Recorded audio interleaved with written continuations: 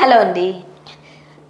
తెలుగు సినీ పరిశ్రమలో సినిమాలు చేస్తూ ముఖ్యంగా నేను ఆడవాళ్ళ కోసం మాట్లాడుతున్నాను. ఎందుకు మాట్లాడుతున్నానో మీకు తెలుస్తుంది. రాజకీయాల్లోకి వెళ్ళిన వాళ్ళు చాలా తక్కువ. అంటే చాలా కూల్గా కామ్గా నెగ్గుకొచ్చిన వాళ్ళు కూడా తక్కువనే చెప్పచ్చు. సో ఆ జోనర్లో మనం తీసుకున్నట్లయితే జయసుధ గారు సికింద్రాబాద్లో ఆమె పోటీ చేశారు, నెగ్గారు అండ్ మంచి పేరు తెచ్చుకున్నారు. చాలా కూల్గా ఉంటారు అని.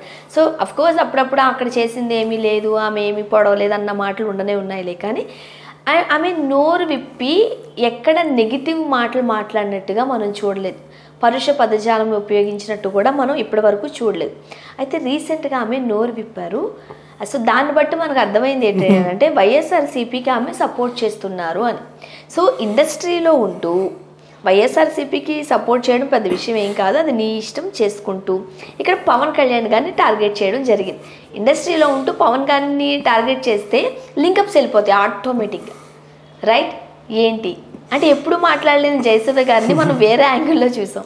ఇక్కడ జరిగింది ఏంటంటే నెంబర్ 1, జయసుధ గారు ఎప్పుడూ మాట్లాడకుండా ఇప్పుడు మాట్లాడారు అంటే ఆవిడ అంతకుముందు కూడా సికింద్రాబాద్కి ఎమ్మెల్యేగా పోటీ చేసింది కాంగ్రెస్ నుంచి. అప్పుడు మాట్లాడింది, ఆ తర్వాత మళ్ళీ అయిపోయింది. అంటే ఎలక్షన్స్ టైంలో ఏదైనా పార్టీలో చేరితేనే ఆవిడ మాట్లాడుతుంది, అర్థమైందా? లాస్ట్ టైం కూడా అలాగే చేసింది. సో ఇప్పుడు వైసీపీ తరఫున పవన్ తిట్టింది అంటే ఎలక్షన్స్లో నెక్స్ట్ వైసీపీ తరఫున ఏదో పోటీ చేస్తుందని అర్థం. నెంబర్ 1. నెంబర్ 2, పోటీ చేయకపోయినా ప్రచారకర్తగా చేసి మాకు ప్రచారం చేసిన ఓ 2 మూటలు మీకు కూడా ఇస్తామండి అని చెప్పి ఉండొచ్చు అంతే. లేకపోతే వైజాగ్లో ఆ మూలకో ముక్కో ఈ మూలకో ఇంత ఇస్తామండి, ఒక ముక్క మీరు ఇల్లు కట్టుకుంటారో పొలం వేసుకుంటారో మీ ఇష్టం అని చెప్పి కూడా ఏదైనా ఇచ్చుకోవచ్చు. ఇక వాళ్ళ డీలింగ్ వాళ్ళకి, మన అనవసరం. ఉంటే ప్రత్యక్షంగా రాజకీయాల్లో ఉంటారు, కొంతమంది పరోక్షంగా కూడా ఉంటారు రాజకీయాలు సపోర్టింగ్. అంటే ఎట్లనో మనకి సెలబ్రిటీ ఫేసెస్, నోన్ ఫేసెస్ అనేవి కావాలి. అవును, ఎలక్షన్స్కి వచ్చేసరికి ఎంత కాదు అనుకున్నా అది ఒక పార్ట్ అయిపోయింది. మన షోస్ చూస్తున్నాం కదా, ఒక గెస్ట్ తీసుకొచ్చి అట్లా ఏదోగా ఒక హంగామా సృష్టించడానికి, స్పైసీ తీసుకురావడానికి వీళ్ళు కూడా పిక్ చేసుకుంటున్నారు. సో వీళ్ళకి ఏంటంటే ఇక్కడ వీళ్ళ వైసీపీ షెడ్యూల్లో ఏముంటుందంటే ఫస్ట్ షెడ్యూల్ ప్రిపేర్ చేసుకుంటారు. నెక్స్ట్ ఇవాళ ఎవరున్నారు సినిమా వాళ్ళు, అలీ, పోసాని కృష్ణమురళి, రోజా, వీళ్ళు. ఓకే, తిట్టారా అయినా లేదు, అక్కడికి వెళ్తుంది, సరే అక్కడ నుంచి తిట్టమని చెప్పు పవన్ కళ్యాణ్. ఈవిడ ఇద్దరిని తిట్టమని చెప్పు, ఈవిడ్ని ఇటు టార్గెట్ చేయి, ఇటు టార్గెట్ చేయి. అందుకే ఇవాళ మన ఓకే టైం టేబుల్ అయిపోయింది. ఇదే పని అంటే వీళ్ళ డ్యూటీ అది. ఇది అర్థం చేసుకొని నాగబాబు గారు కూడా మొన్న ఏమన్నారంటే, నాకు అలీకి ఏం లేవండి, బాగానే ఉన్నాయి, అబ్బాయి ఏదో అంటే వాడి డ్యూటీ అది. వైసీపీలో జాయిన్ అయితే వాళ్ళే స్క్రిప్ట్ ఇస్తారు, తిట్టండి అని. అలా అయినా ఏదో అన్నాడే తప్పితే వ్యక్తిగతంగా మాకేం లేవని చెప్పుకొచ్చాడు, మంచి విషయమే. అలా చూసుకుంటే ఈవెన్ రోజా గారు కూడా ఇప్పుడు మనందరం అనుకుంటున్నాం, కానీ రోజా గారిది కొంచెం దానికి అత్తు ఉంటుంది. అది ఎట్లా అంటే వీళ్ళు అంటారు 2 మాటలు తిట్టేసిరా అంటే ఈవిడ ఎట్లా ఫ్లో కుదిరింది కదా అని చెప్పేసి ఉతికి ఆరేసి వచ్చేస్తుంది అక్కడ నుంచి, ఉతికి ఆరేసి తీసి మడత పెట్టేసి అన్నీ చేసి వస్తుంది. అంటే చూసి రమ్మంటే కాల్చి వచ్చే రకం అనమాట ఆమె రీతి వేరు. కాకపోతే ఈమెది ఏంటంటే మీరు చూసారా, అంతవరకే మాట్లాడింది. ఈమెకు అంతే ఇచ్చారు స్క్రిప్ట్, ఈమె ఎక్కువ నోరిప్పదు కదా. మామూలుగా ఏం చెప్పారు, పవన్ కళ్యాణ్ గారిని తిట్టండి అంటే ఏ విషయంలో తిట్టాలి, ఇలా తిట్టండి, సరే అంతవరకే తిట్టింది. అంటే ఇచ్చిన డైలాగ్ మాత్రమే ఇంప్రవైజ్ చేయలేదంటారు రోజా గారు. చాలా సింపుల్ ఏం చెప్పేసి ఆమెకి ఇచ్చింది అంతే కదా. మీరేమంటారు ఇప్పుడు, జయసుధ గారు ఇచ్చిన డైలాగ్ మాత్రమే చెప్పేసి వచ్చేసారు, రోజా గారి లాగా ఇంప్రవైజ్ చేయలేదు. రోజా గారి ఇంప్రవైజేషన్ వేరు. అదే చెప్తా. ఇప్పుడు ఈమెకి ఇచ్చింది ఏమన్నారు, 80 మంది టాలీవుడ్లో 80 మంది హీరోలు వైఎస్ఆర్కి సపోర్టు. మీరు వెళ్ళి ఏం చెప్తారంటే, మీరు సీనియర్ కాబట్టి అప్పటి నుంచి ఇప్పటి వరకు వీళ్ళందరూ మనకే సపోర్ట్ చేస్తున్నారని చెప్పండి. పవన్ కళ్యాణ్ గురించి తప్పుగా చెప్పండి, ఆయన మొన్న అక్కడ తిట్టాడు, మొన్న ఇక్కడ తిట్టాడు, ఇవాళ కూడా తిట్టాడు, రేపు తిట్టబోతాడు, మీరు ఇవన్నీ చెయ్యండి. ఓకే సార్ చేస్తాను. ఇంతేగా 80 హీరోలు ఇలా ఇంతేగా నాడు, ఓకే సరే ఇలా జరిగింది, చాలా తప్పు చేస్తున్నాడు అని చెప్పేసి అంతవరకే డైలాగ్ డెలివరీ చేసేసి వెళ్ళిపోయింది, అయిపోయింది ఆమె షెడ్యూల్ అంతే. ఇక్కడ ఈ రోజా గారి విషయానికి వస్తే ఆమెకి కొంచెం ఇక యాడ్ ఆన్ ఫ్లేవర్స్ తెలుసు.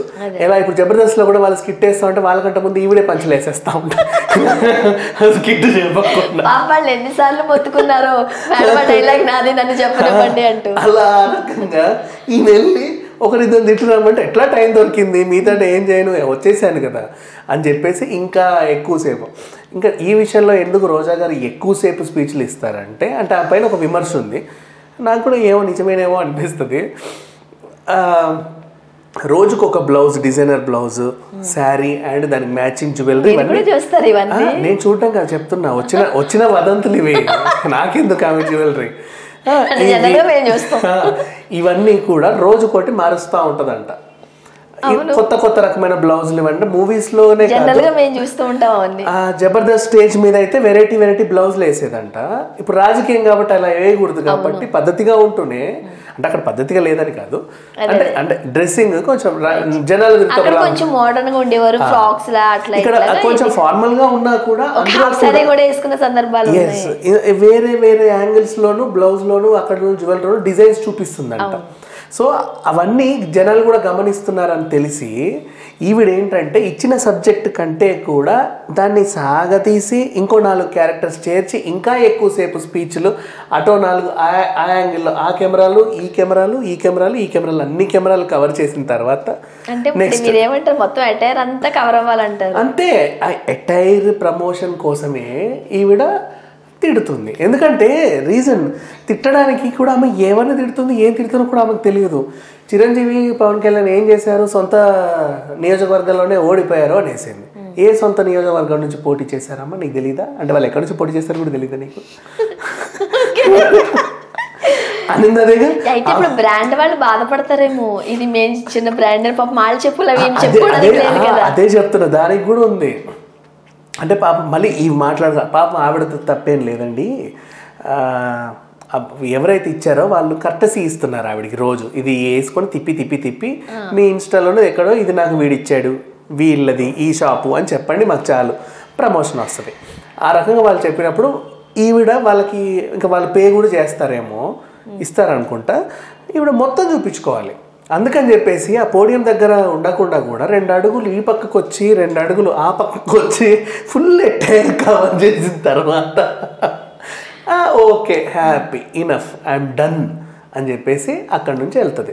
సో ఈవిడది మొత్తం ఆ అటైర్ ప్రదర్శనే తప్ప అక్కడ విషయం ఉండదు టాపిక్లో అని చెప్పి ఇంకో విమర్శ ఉంది. ఇప్పుడు మనకి ఆవిడ ఎందుకు వచ్చిందో టాపిక్ జయసుధది, కానీ యాక్చువల్గా ఇప్పుడు జయసుధ గారి విషయానికి వస్తే వీళ్ళంతా కూడా వైసీపీ టైం టేబుల్ ఫాలో అవుతారు అంతే. అంటే ఎవరిని తిట్టాలో తెలియదు, ఏ సందర్భంలో తిట్టాలో తెలియదు, ఎందుకు తిట్టాలో కూడా వీళ్ళకి తెలియదు, కానీ తిట్టాలి. కానీ జయసుధ గారు ఒకేసారి ఇట్లా టార్గెటెడ్ గా మాట్లాడేసరికి అవాక్ అయ్యారు అందరూ. అంతే. వచ్చే ఎలక్షన్స్ లో జయసుధ గారిని మనం వేరే యాంగిల్ లో చూడొచ్చా? వేరే యాంగిల్ ఏం లేదు, ఎంత స్క్రిప్ట్ ఇస్తే అంతే. నార్మల్ గానే జయసుధ గారిని సహజ నటి అంటూ ఉంటారు.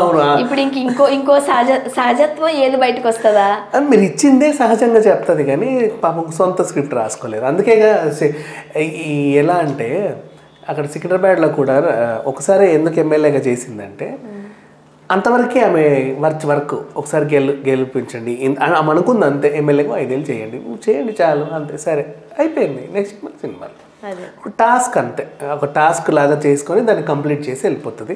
ఇప్పుడు ఆవిడ విమర్శలు కూడా జస్ట్ ఇచ్చిన స్క్రిప్టెడే తప్ప ఏమీ లేదు దాంట్లో. అందరూ కూడా వైసీపీ సపోర్టే, ఈయన కాదు అంటే ఊరికే ఇండస్ట్రీలో నీకు ఎవరు లేరు, మీరు ఒంటరి వాళ్ళని చెప్పడానికి టార్గెట్ చేస్తూ వేసింది. ఇంకా చెప్పండి, ఈవిడ కూడా చిరంజీవి గారితో చాలా సినిమాలు చేసింది, మంచి మంచి సినిమాలు చేశారు. వీళ్ళకి కూడా అనుబంధం ఉంది, చెప్పుకుంటారు ఇట్లా మాట్లాడుతున్నాను ఏదో చిన్న స్క్రిప్ట్ ఏమనుకో మాకు పర్లేదు కానీ డైలాగ్ ఏంటి ఓకే ఇది అని చెప్పేసి వెళ్ళిపోయింది. జరిగింది అది. Thank you so much.